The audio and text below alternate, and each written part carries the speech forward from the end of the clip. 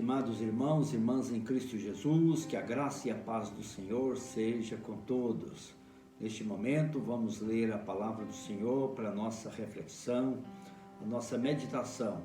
E estaremos lendo no Evangelho de Mateus, no capítulo 14, a partir do versículo de número 22, que diz assim: Logo a seguir compeliu Jesus os discípulos a embarcar e a passar adiante dele para o outro lado, enquanto ele despedia as multidões. E despedidas as multidões, subiu ao monte a fim de orar sozinho. Em caindo a tarde, lá estava ele só.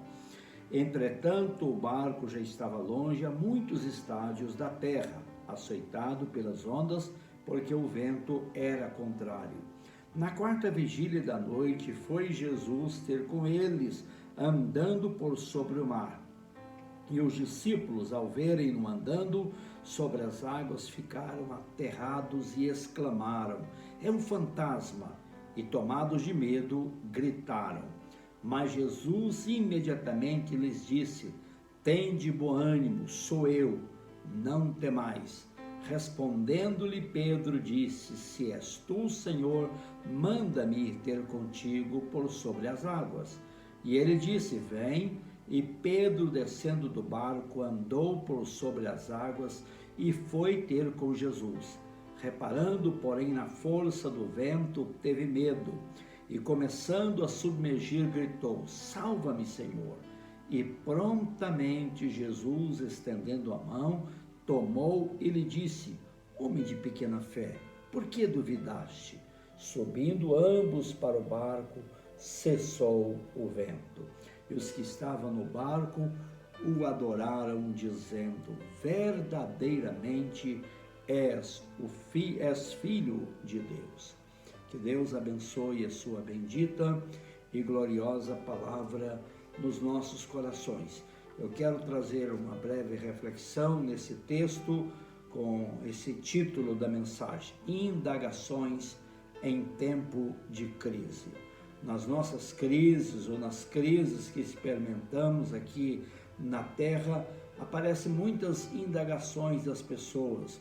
As pessoas, muitas, têm me procurado, fazendo tantas perguntas: mas o porquê? O porquê do coronavírus, o porquê desta praga, por que tantas pessoas sofrendo, por que tantas lutas, por que Deus não guarda os seus filhos do corona. Sabemos de pastores que já foram assolados por esta praga, alguns morreram, outros ficaram internados muitos dias. Então, nas crises, nós às vezes temos muitas indagações a fazer. Eu creio que esse texto que nós acabamos de ler aqui, da Palavra de Deus, nós encontramos algumas dessas indagações. Os discípulos estavam enfrentando uma grande crise. Jesus tinha feito um milagre extraordinário, multiplicando os pães e os peixes para uma multidão. E após esse milagre, então Jesus despede a multidão, ou vai despedir as multidões, e manda os discípulos atravessarem o mar da Galileia. Enquanto ele despede a multidão, e após isto ele sobe ao monte. E o texto mostra claramente por que Jesus subiu ao monte. Jesus subiu ao monte para orar, e orar sozinho. E ele passa ali praticamente toda a noite em oração, da primeira, segunda, terceira, e só na quarta vigília da noite que Jesus então deixa o monte, e vendo que os discípulos estavam em grande aperto, segundo registra o evangelista Marcos, Jesus então vai ao encontro deles. Enquanto os discípulos, naquela crise ali, o mar agitado, eles em pânico, desesperados, provavelmente surgem muitas indagações na mente dos discípulos, indagações que aparecem então nos momentos das crises, das nossas crises, das crises das pessoas. Então, primeiro vamos imaginar e pensar nessas crises aqui e nas indagações que elas surgem. Primeiro, por que Deus não age imediatamente nos nossos sofrimentos, nas nossas crises. O Salmo 10, o salmista diz: Senhor, por que te conservas longe na tribulação? Às vezes parece que Deus está longe de nós quando estamos passando por crises, por lutas. E por que Deus não vem, às vezes, tão rápido como nós gostaríamos nas nossas crises, nas nossas dificuldades, no nosso sofrimento? Eu gosto de um pensamento de um pastor, quando ele diz assim: se Deus me desse a onipotência dele durante 24 horas, quantas coisas eu mudaria neste mundo. Mas ele, refletindo de maneira mais profunda, ele disse: mas se Deus me desse, juntamente com a onipotência dele, a sabedoria, o conhecimento dele, eu deixaria todas as coisas como elas estão. Porque às vezes nós pensamos que Deus não está sendo sábio na direção do mundo, do universo, e no desespero das nossas crises, pensamos: mas por quê? Por que Deus demora tanto? Por que Ele não vem ao nosso auxílio? Será que Ele não sabe o momento tão difícil que eu estou passando, ou que nós estamos passando? São indagações que surgem às vezes nas nossas mentes, nas nossas crises. Outra indagação: por que sofremos se estamos fazendo a vontade de Deus? Ou por que estamos sofrendo se não estamos fazendo o que é errado?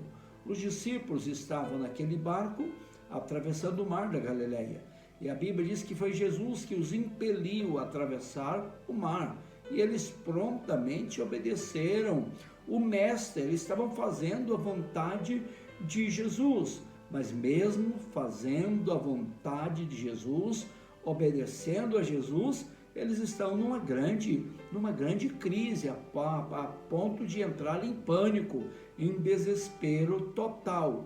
Isso acontece com as pessoas. Temos histórias comoventes de missionários, homens e mulheres, que dispuseram a deixar os seus países, abriram mão de tanta coisa para pregar o Evangelho, para alcançar pessoas perdidas, os pagãos, e no campo missionário tiveram experiências tão tristes. Alguns perderam o cônjuge, outros perderam filhos, outros foram martirizados. Mas eu não estou fazendo a vontade de Deus? Será que eu estou equivocado? Será que realmente não é Deus que me mandou para esse local, para essa situação? Se Ele permite tal sofrimento, podemos perguntar por que Ele permite que um apóstolo tão importante, Tiago, irmão de João, filho de Zebedeu, seja decapitado por ordem de Herodes. Não temos explicações. Então, muitas das nossas indagações, nas nossas crises, nós não entendemos o porquê delas. Temos que aceitar os desígnios de Deus sem muitas vezes entender. Como diz o profeta Isaías no capítulo 55, quando Deus diz que os pensamentos de Deus não são como os nossos pensamentos. Os caminhos de Deus não são como os nossos caminhos. Como os céus estão acima da terra, assim os pensamentos de Deus e os caminhos de Deus estão acima dos nossos caminhos e pensamentos. Então, muitas dessas indagações que vêm nas nossas crises, nós temos que aceitar pela fé. Nós não temos resposta para elas. Terceira indagação: por que Jesus às vezes parece que demora tanto? Lembra a história de Marta e Maria? Quando Lázaro adoeceu, elas mandaram avisar a Jesus: aquele a quem tu amas está enfermo. E o texto sagrado diz que Jesus ainda permaneceu 2 dias no lugar onde estava. E quando chegou à aldeia de Betânia, já fazia 4 dias que Lázaro estava sepultado. Por que Jesus demorou tanto? A história de Jairo, o pai desesperado, aproxima-se de Jesus, prostra-se aos pés de Jesus e suplica: Senhor, socorre-me, a minha filhinha está morrendo. O texto sagrado diz que Jesus foi com ele, mas no meio da história encontramos ali, no meio desse incidente, a história da mulher do fluxo de sangue. Jesus está cercado de multidão e provavelmente demorou mais do que Jairo esperava. De repente chega alguém da casa de Jairo e disse para Jairo: não incomodes mais o mestre, a sua filhinha morreu. Mas Jesus dirige a palavra para Jairo: não temas, crê somente e ela viverá. Mas parece que Jesus demorou um pouco mais, não podia ter ido imediatamente. Os discípulos já estavam ali naquele barco com o mar agitado, na quarta vigília da noite. Eles vão na primeira vigília, que vai das 6 até as 9 horas, segunda vigília da 9 até a meia-noite, a terceira vigília da meia-noite às 3 da madrugada. Só na quarta vigília, que começa depois das 3 da madrugada, é que Jesus vai ao encontro deles. Parece bastante demorado na nossa perspectiva, na nossa visão. Me lembro da palavra de Jesus registrada em Lucas, quando Jesus contou uma parábola sobre o dever de orar sempre e nunca esmorecer. A história daquela viúva que julgava, que pedia ao juiz para julgar a sua causa. Mas o texto sagrado termina: após o juiz julgar a causa daquela mulher, Jesus disse assim, que embora pareça demorado Deus em atender as nossas súplicas, nossas orações, Ele virá, e virá sem dúvida nenhuma no tempo certo, na hora certa. Mas para nós às vezes parece muito demorado.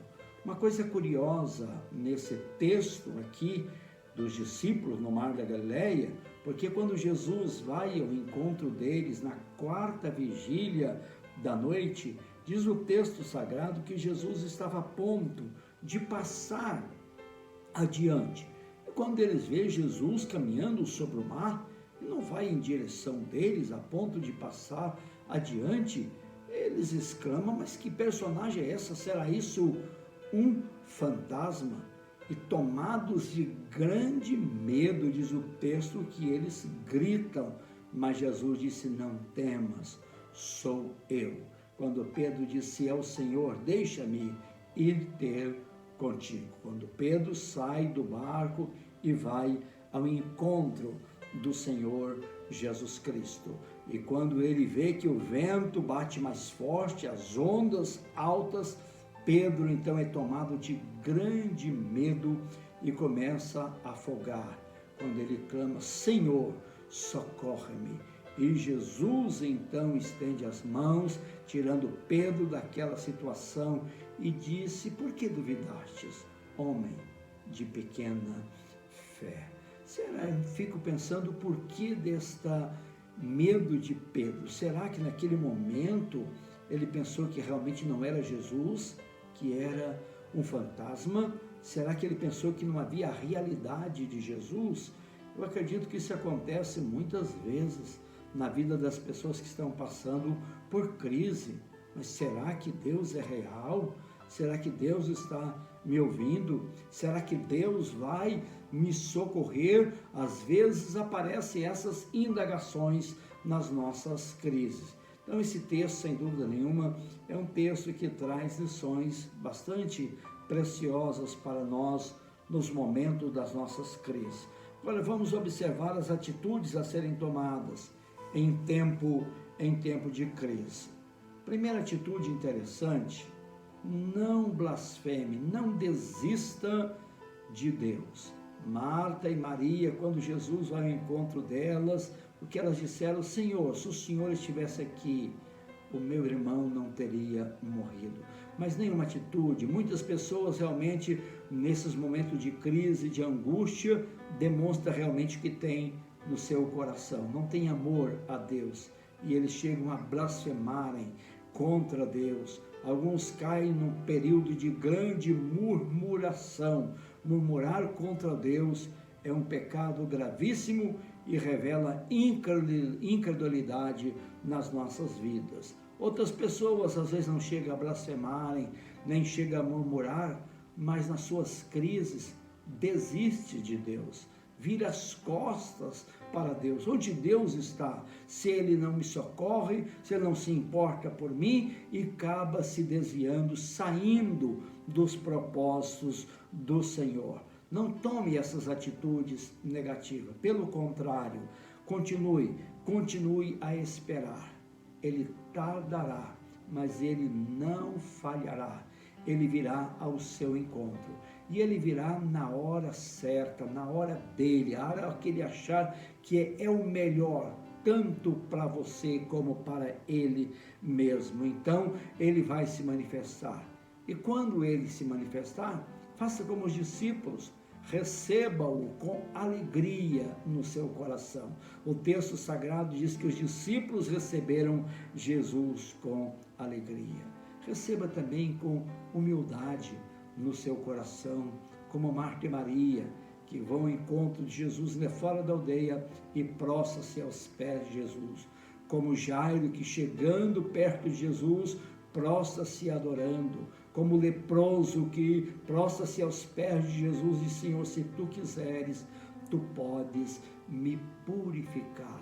A nossa esperança está nele, sem dúvida nenhuma. Às vezes, ao passar pela crise, não entendemos muita coisa, não entendemos por que Jesus está demorando tanto, não entendemos por que Jesus não nos socorre, não entendemos por que nos manda fazer uma coisa e parece que não dá certo, dá errado, mas o nosso Senhor sabe o que está fazendo.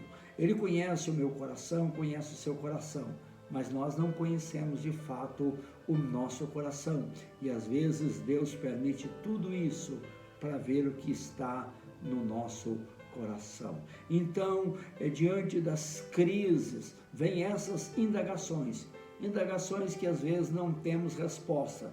E às vezes quando tentamos responder, como os amigos de Jó, nós estamos totalmente ignorantes. Então, pela fé, aceitemos os desígnios, os propósitos de Deus, a boa, a perfeita e agradável vontade de Deus. O que vamos fazer? Vamos continuar crendo, vamos continuar confiando, vamos continuar esperando, como diz o profeta Abacuque. Ainda que a figueira não floresça, não há fruto na vide, o fruto da oliveira minta, nos currais não há gado. Todavia, eu esperarei, eu confiarei no Senhor, exultarei no Deus da minha salvação. É Ele que faz os nossos pés tão velozes como os pés da corça, e Ele nos faz andar de cabeça erguida, altaneiramente, porque é Deus acima de tudo. Confiemos nesse Deus maravilhoso. Se você está passando por uma luta, por uma crise, como diz o apóstolo São Paulo, sabemos que todas as coisas cooperam para o bem daqueles que amam a Deus. O melhor de Deus está para vir na sua vida. Ele vai te dar a vitória. Continue crendo, continue esperando nesse Deus maravilhoso, mesmo que você experimentou uma grande crise, uma perda muito grande, significativa na sua vida e que você não vê nenhum bem nisto agora, mas Deus está sob o controle de todas as coisas. Confie nele, meu querido irmão, minha querida irmã. Ele te ama, Ele está olhando para você. O texto disse que Jesus viu que os discípulos estavam em grande aperto. Ele vê, Ele te conhece. Que Deus possa te abençoar em nome do Senhor Jesus. E eu quero orar agora com você. Vamos orar ao Senhor nosso Deus e vamos dar graças por tudo, como diz a palavra, em tudo dai graças, porque esta é a vontade de Deus em Cristo Jesus para convosco. Nosso amado Deus, eterno Pai, nós louvamos e bendizemos o Teu nome, porque o Senhor é Deus, acima de todos e de tudo, Senhor. O Senhor tem o controle sobre todas as coisas, ó Pai eterno, e nós bendizemos o Teu nome.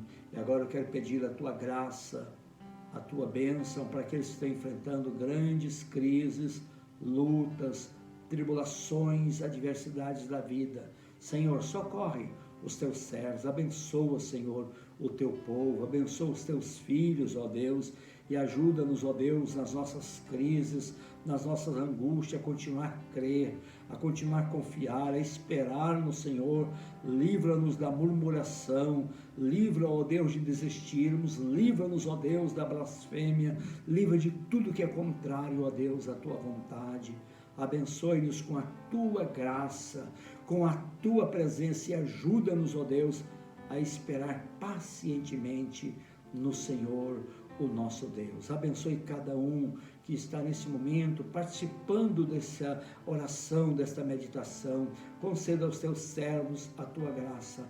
E agora, Senhor, quando nós estaremos participando da Santa Ceia, Senhor, nós lembramos da maior prova, da prova incontestável do grande amor do Senhor para conosco, porque o Senhor não poupou o seu próprio Filho, antes por todos nós o entregou. Bendito para sempre seja o teu nome. Muito obrigado, ó Deus, por esta hora, em nome do Senhor Jesus. Amém. Amém. Queridos irmãos e irmãs, nesse momento, então, nós vamos participar da Santa Ceia, momento especial para nós. Participamos da ceia porque nós queremos ser obedientes ao Senhor Jesus. E ele disse: faça isto em memória de mim. Participamos da Santa Ceia porque queremos sempre relembrar do que Cristo fez por nós. Ele morreu em nosso favor na cruz do Calvário. Participamos da ceia porque nós queremos ser fortalecidos pela graça maravilhosa de Cristo Jesus, o nosso Senhor, porque este pão é verdadeira comida e este cálice é verdadeira bebida. E quem de mim se alimenta, por mim viverá, diz o Senhor. Participamos da ceia porque temos a certeza maravilhosa que Jesus Cristo ressuscitou e Ele voltará para nos buscar, para estarmos para sempre com Ele. Por esse é o seu momento muito especial para nós. Então vamos participar da Santa Ceia nesse momento. A Bíblia diz que Jesus, na noite que foi traído, Ele pegou o pão, Ele abençoou, Ele partiu, Ele deu aos seus discípulos, dizendo: tomai e comei, isto é o meu corpo que é dado por vós. Então vamos, em nome do Senhor Jesus, comer este pão em memória do Senhor Jesus. Ele disse: tomai e comei, isto é o meu corpo que é dado por vós. Comamos do pão em nome do Senhor Jesus. Amém.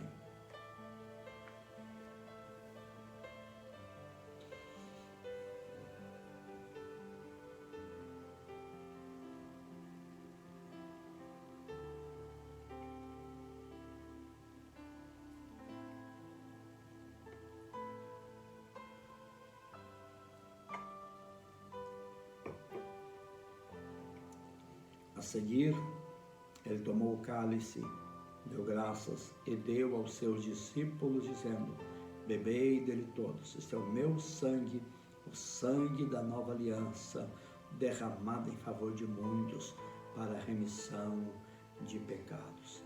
Disse Jesus: bebei dele todos, isto é o meu sangue que é dado por vós. Bebamos do cálice.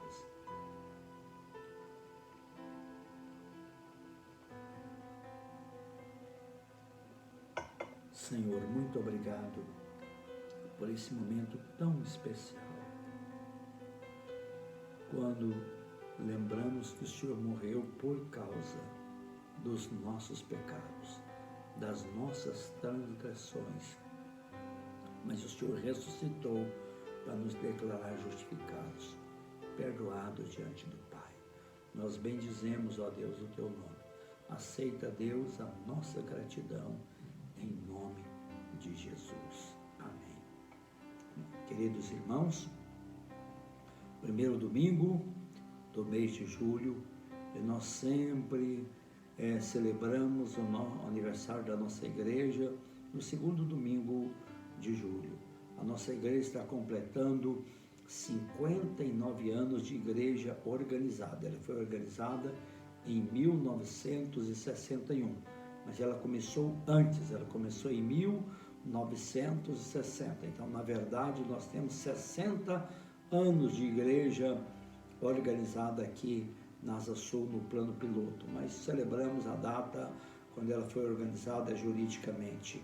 É um momento sempre de gratidão para nós, por tudo que Deus tem feito, pela nossa igreja, quantas pessoas foram alcançadas e salvas na nossa igreja, quantas pessoas sentiram chamadas para o ministério aqui na nossa igreja, que servem e já serviram ao Senhor, nosso Deus.